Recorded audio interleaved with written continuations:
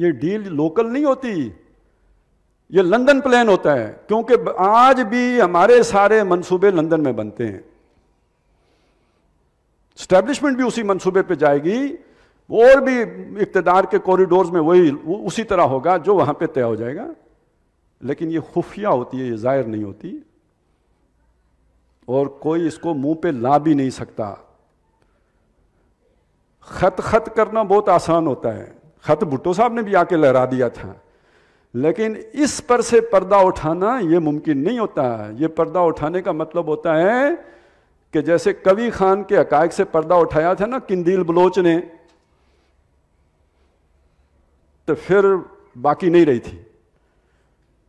تو اس پردہ اٹھانے کا مطلب ہوتا ہے، اس ڈیل کے خلاف جانے کا مطلب بے نظیر بننا ہوتا ہے، اس ڈیل کے خلاف جانے کا مطلب بھٹو بننا ہوتا ہے، اس ڈیل کے خلاف جانے کا مطلب طیارہ پاٹ گیا ہے۔ اس ڈیل کے خلاف کوئی نہیں جا سکتا، اس کو کوئی منہ پہ بھی نہیں لا سکتا، اس کا کوئی ذکر بھی نہیں کر سکتا۔ لے سانس بھی آہستہ کہ ہے نازک بہت کام، آفاق کی اس کارگاہ شیشہ گری کا۔ اور یہ سارے دھوکے باز ہوتے ہیں، اور یہ سارے فراڈیے ہوتے ہیں، اور یہ سارے شیطان کے ایجنٹ بنے ہوئے ہوتے ہیں، اوپر سے جتنے بھی نیک بنے ہوئے ہوں، اندر خانے یہ نظام چل رہا ہے پاکستان میں۔ لیکن اسی کے اندر قدرت کا نظام بھی چل رہا ہے۔ وہ کیسے چلتا ہے؟ وہ کوئی ایک بندہ کہتا ہے یوسف کو قتل نہیں کرنا، اور یوسف قتل ہونے سے بس ساری اسٹیبلشمنٹ پوری کا فیصلہ یہ ہے کہ قتل کر دو، کسی ایک نے ذہن تبدیل کر دیا، بچ گیا۔ اس طرح اللہ کا منصوبہ چل رہا ہوتا ہے۔ وہ کہ ان اللہ لطیف لما یشاء، اللہ اپنے کام میں بڑا باریک بین ہے، پتہ ہی نہیں لگتا۔ شیطان کی بھی ڈیپ سٹیٹ ہے، اللہ کی ڈیپ سٹیٹ اس سے زیادہ ڈیپر ہے، اور فعال لما یرید ہے، جو وہ کرنا چاہے وہ ہو جاتا ہے۔ ہمارا ملک اس طرح بچتا رہا، کبھی ہمیشہ آ کے خضر دیوار سیدھی کرتا رہا۔ آپ 65 میں سوئے ہوئے تھے، آپ کو امریکہ نے طفل تسلی دی ہوئی تھی انڈیا کبھی حملہ نہیں کرے گا، آپ آرام فرما رہے تھے۔ یہ کس نے ان کے دلوں میں روب ڈالا کہ ہم کہیں گھیرے میں تو نہیں آ رہے؟ کس نے دل میں یہ بات ڈالی؟ وہی ہے۔ آپ نے تو کرپشن میں سب کچھ کر لیا، لیکن آپ سائیکل بھی نہیں بنا سکے، پر ایٹم بم بن گیا۔ ویسے میں تو سوچتا ہوں اس لیے بنایا تاکہ ہمیں لڑنا نہ پڑے، بھائی ڈیٹرنس ہے نا، نیت تو یہ ہے، لیکن اللہ نے بنوا دیا، اللہ کا اپنا مشن ہے، کیوں بنوایا وہ تو اللہ جانے نا۔ وہ تو کبھی جب داؤد گوپیا گھما کے مارے گا یہودیوں کے سر پہ تب پتہ چلے گا نا کہ یہ کیوں بنوایا تھا اللہ نے۔ ابھی تو آپ نے صرف اس لیے بنایا کہ لڑنا نہ پڑے۔ تو کہنے کا مقصد یہ تھا اللہ تعالیٰ اپنے وہ جو بھی اس کا ارادہ ہوتا ہے اسے پورا کر کے چھوڑتا ہے۔ اس سارے میں لگتا یہ ہے کہ اس جو بھی یہ خطہ ہے ہندوستان کا اور یہ جو پاکستان ہے، یہ جو غریب قوم ہے، وہ جو یتیم، وہ جو دیوار ان کی سیدھی کرتا رہتا ہے، اس دیوار کی تہ میں اس قوم کا خزانہ ہے، اور یہ خزانہ مال و دولت کی صورت میں بھی ہے۔ وہ رکو ڈک ہے اور فلانا ہے اور فلانا ہے، سوچیں آج یہ نکل آئیں تو یہ سارا کھا جائیں۔ کوئی سوئٹزرلینڈ پہنچے، کوئی پاناما پہنچے، کوئی کدھر پہنچے، کوئی کینیڈا پہنچے، ادھر کیا رہے گا؟ لیکن نکلتا ہی نہیں ہے، اتھے ہی کبھی کوئی عدالت فیصلہ کر دیتی ہے، کبھی جرمانہ ہو جاتا ہے، کبھی انج ہو جاتا ہے، کبھی انج ہو جاتا ہے، نکلا نہیں، دیوار سیدھی رہتی ہے۔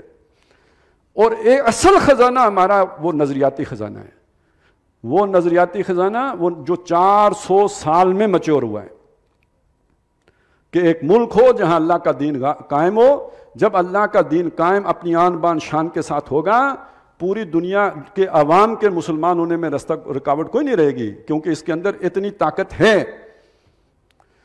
اب اس ملک کو بچانے کے لیے اللہ کبھی اس کو ضرورت بنا دیتا ہے امریکہ کی، کبھی ضرورت بنا دیتا ہے چائنا کی، کبھی وہ دیکھیں نا 7 وہ تھے تو 8واں کتا بھی نال آ گیا سی۔